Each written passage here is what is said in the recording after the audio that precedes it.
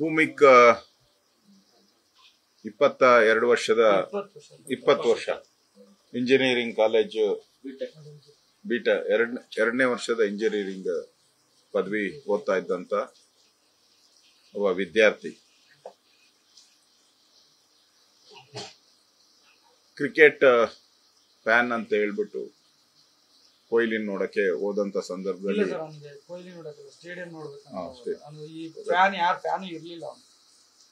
Cricket stadium ನೋಡಕ್ಕೆ ಹೋಗಿ ಇವತ್ತು ಅವ್ರ ತಂದೆನೂ ಕೂಡ ಆ ಘಟನೆ ಆದಾಗ ಇಲ್ಲಿಂದ ಅವ್ರ ಕೈಲಿ ಹೋಗಕ್ಕೆ ಆಗಿಲ್ಲ. ಮಲ್ಲೇಶ್ವರದವರೆಗೂ ಹೋಗಿ ಅಲ್ಲಿಂದ ನಡ್ಕೊಂಡು ಹೋಗಿದ್ದಾರೆ. ಅಲ್ಲಿ ವೈದೇಹಿ ಆಸ್ಪತ್ರೆ. ಅವರು ಈಗ ಹೇಳ್ತಾ ಇರೋದನ್ನ ನೋಡಿದ್ರೆ ಅವ್ರ ಮನೆಯಲ್ಲಿ ನಾಯಿ ಅದು ಕೂಡ 3 ದಿನದಿಂದ ಊಟ ಮಾಡದೆ ಇರ್ತಕ್ಕಂಥದ್ದು. ಯಾಕಂದ್ರೆ ಅಷ್ಟು ಪ್ರೀತಿಯಿಂದ ಸಾಕಿದಂಥದ್ದು. ಇಲ್ಲಿರುವಂತ ಸ್ಟ್ರೀಟ್ ಡಾಗ್ಸ್ಗಳಿಗೆಲ್ಲ ದಿನ ಊಟ ಹಾಕ್ತಾ ಇದ್ದಂತ ಹುಡುಗ ಅವನು. ಒಂಥರ ದಯೆ. ಇಡೀ ಕುಟುಂಬ. ನಾನು ಮುನ್ರಾಜು ಅವರು ಇಲ್ಲಿ MLA ಆಗಿದ್ದಾರೆ. ನಾನು ಕೂಡ ಹಿಂದೆ MLA ಆಗಿದ್ದೆ. ಎಂದೂ ಕೂಡ ಅವರಾಯ್ತು ಅವ್ರ ಕೆಲಸ ಆಯ್ತು. ಅವ್ರ ಫರ್ಮ್ ಅಲ್ಲಿ ಸುಮಾರು 100 ಜನ 30 ಜನ ಕೆಲಸ ಮಾಡ್ತಾರೆ. ಅವರೇನ್ 30 ಜನಕ್ಕೆ ಅನ್ನ ಕೊಡುವಂತ ಒಂದು ಶಕ್ತಿಯನ್ನ ಭಗವಂತ ಕಟ್ಟಿದ್ದಾನೆ. ಸ್ವಂತ ಸಾಮರ್ಥ್ಯದ ಮೇಲೆ ಬೇಲೂರು ಕುಪ್ಕೋಡು ಗ್ರಾಮದಲ್ಲಿ ಹುಟ್ಟಿ ಇಲ್ಲಿ ಉದ್ಯೋಗ ಮಾಡಿಕೊಂಡು ಸ್ವಂತ ದುಡಿಮೆಯಿಂದ ಬೆಳೆದವರು. ಇವತ್ತು ಅವ್ರ ಮಗನ್ನ ಯಾರು ಕೊಡಕ್ ಸಾಧ್ಯನೇ ಇಲ್ಲ. ಅವರು ಇಷ್ಟೇ ಅವ್ರು ಕೇಳ್ತಾ ಇರೋದು. ಈ ಕ್ರಿಕೆಟ್ ಏನು ಸೆಲೆಬ್ರೇಷನ್ ಇತ್ತು, ಇನ್ನೊಂದ್ 2 ದಿನ ಮುಂದೆ ಹಾಕಿದ್ರೆ ಏನು ಆಗ್ತಾ ಇರಲಿಲ್ಲ. ಅಥವಾ ಅಲ್ಲಿ ಬಂದೋಬಸ್ತ್ ವ್ಯವಸ್ಥೆ ಇರ್ಬೋದು, ಆಂಬ್ಯುಲೆನ್ಸ್ ಇರ್ಬೋದು, ಡಾಕ್ಟರ್ಸ್ ಇರ್ಬೋದು, ಇವೆಲ್ಲ ಸರಿಯಾಗಿ ಮಾಡಿದ್ರೆ ನನ್ನ ಮಗ ನನಗೆ ಸಿಗ್ತಾ ಇದ್ದ. ಇದು ಅವರ ಒಬ್ಬರದಲ್ಲ, ಇಡೀ ಎಲ್ಲ ಕುಟುಂಬ, 11 ಕುಟುಂಬನೂ ಕೂಡ. ನಾನು ಆಸ್ಪತ್ರೆಗೆ ಹೋದಾಗ ನಾನು ಕೂತು ಅವರೇ ಹೇಳ್ತಾ ಇದ್ರಲ್ಲ, ಆಸ್ಪತ್ರೆಗೆ ಹೋದಾಗ ಕೂತು ಎಲ್ಲ ಏನು ಹಾಸ್ಪಿಟಲ್ ಡಾಕ್ಟರ್ಸ್ ಇರ್ಬೋದು, ಪೊಲೀಸ್ ರಿಪೋರ್ಟ್ ಇರ್ಬೋದು, ಇದೆಲ್ಲ ಕೂತು ಅಲ್ಲೇ ಸುಮಾರು 1 ಗಂಟೆಗಳ ಕಾಲ ನಾನು ಕೂತಿದ್ದೆ. ಒಂಥರ ಕರುಣೆ. ಅಂದ್ರೆ ಇಡೀ ದೇಶ RCB ಇತಿಹಾಸದಲ್ಲೇ ಒಂದು ಕರಾಳ ಅಧ್ಯಾಯ ಆಗೋಯ್ತಿದೆ. RCB ಮಾಡುವಂಥದ್ದು ಜನಕ್ಕೆ ಸಂತೋಷ ಕೊಡೋದಕ್ಕೋಸ್ಕರ. ಆದ್ರೆ ಈ RCB ಜನರಿಗೆ ನೋವನ್ನ ಕೊಟ್ಟಿದೆ. ಈ RCB ಇಲ್ಲಿ ನಾವು ಯಾವುದು ರಾಜಕಾರಣ ಮಾಡುವಂತ ಸಂದರ್ಭನೂ ಅಲ್ಲ, ಪ್ರಮೇಯನೂ ಅಲ್ಲ. ನ್ಯಾಯ ಸಿಗ್ಬೇಕಷ್ಟೆ.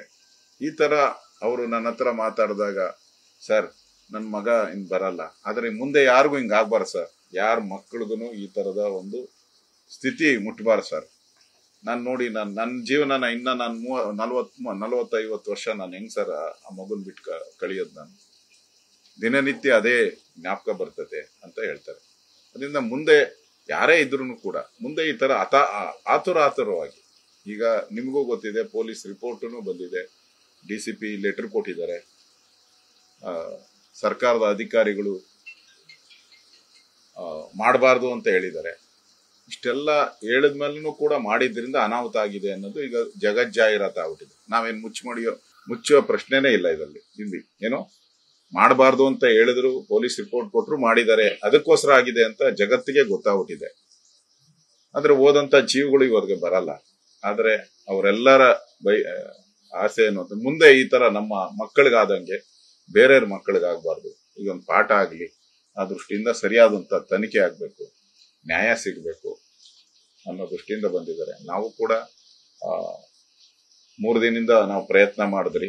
ಅವರು ಪಾಪ ಕಷ್ಟದಲ್ಲಿ ಅಲ್ಲೇ ತೋಟದಿಂದ ಆಗಿರ್ಲಿಲ್ಲ. ಅವರು ಆ ಸಮಾಧಿ ಹತ್ರನೇ ದಿನನಿತ್ಯ ಹೋಗಿ ಸಮಾಧಿ ಹತ್ರನೇ ಇದ್ರು. ಇವತ್ತು ರಾತ್ರಿ ನಮ್ಮ ಮುನ್ರಾಜು ಅವರು ಹಣ ಬಂದಿದ್ದಾರೆ, ಬರ್ಬೋದು ಬೆಳಗ್ಗೆ ಅಂತ ಹೇಳಿದ್ರು. ನಾನು ಸುರೇಶ್ ಅವ್ರಿಗೆ ಫೋನ್ ಮಾಡಿದೆ, ನಮ್ಮ ನಾರಾಯಣ ಸ್ವಾಮಿ ಅವ್ರು, ಚಲವಾದಿ ನಾರಾಯಣ ಸ್ವಾಮಿ ಫೋನ್ ಮಾಡಿ ಹೋಗಿ ನಮ್ಮನೆ ಹತ್ರನೇ ಇದು 2-3 ಕಿಲೋಮೀಟರ್ ದೂರದಲ್ಲಿರೋದು, ಅದಕ್ಕೆ ಭೇಟಿ ಮಾಡಿ ಅವ್ರಿಗೊಂದು ಸಾಂತ್ವನ ಹೇಳೋಣ. ಬೇರೆ ಏನ್ ನಮ್ಮ ಕೈಲಿ ನ್ಯಾಯ ಕೊಡ್ಸಕ್ಕೆ ನಾವು ಹೋರಾಟ ಮಾಡ್ತೀರಿ, ಆದ್ರೆ ಬೇರೆ ಏನು ಹೋದ ಜೀವವನ್ನ ತರಕ್ಕೆ ಯಾರ ಕೈಲೂ ಸಾಧ್ಯ ಇಲ್ಲ. ಈ ತರದ ಘಟನೆ ಇನ್ನೊಂದು ಆಗ್ಬಾರ್ದು, ಆ ಎಚ್ಚರಿಕೆ ಯಾರೇ ಇದ್ರು ಕೂಡ ಬರಬೇಕು ಅನ್ನೋ ಒಂದು ಉದ್ದೇಶ ಇಟ್ಕೊಂಡು, ಸದುದ್ದೇಶ ಇಟ್ಕೊಂಡು ಬಂದಿದ್ದೀರಿ. ದೇವರು ಅವ್ರಿಗೆ ಈ ತರದ ನೋವನ್ನ ಬರ್ಸುವಂತ ಶಕ್ತಿಯನ್ನ ಅವರು ದೇವರು ಅವ್ರಿಗೆ ಕೊಡ್ಲಿ. ಸಮಾಜದಲ್ಲಿ ಒಳ್ಳೆ ಕೆಲಸ ಮಾಡಿದ್ದಾರೆ. ಅವರನ್ನು ಕೂಡ ಸ್ವಂತ ದುಡಿಮೆ ಮಾಡಿ ಮುಂದೆ ಬಂದಿರುವಂತವ್ರು. ಇವತ್ತು ಅವರು ಮಗನ್ ಕಳ್ಕೊಂಡಿರುವಂತದ್ದು ನಮಗೂ ನೋವು ತಂದಿದೆ, ಎಲ್ಲರಿಗೂ ನೋವು ತಂದಿದೆ. ಈ ತರದ ಘಟನೆ ಆಗ್ಬಾರ್ದು. ಅದಕ್ಕೋಸ್ಕರ ಅವರಿಗೆ ಸಾಂತ್ವನ ಹೇಳಕ್ಕೆ ನಾವೆಲ್ಲರೂ ಕೂಡ ಇಲ್ಲಿ ಬಂದಿದ್ವಿ. Sir, we're seeing that you've come to pay your condolences to the family of Mr. Bhumik today, sir. Yeah, we met their parents today.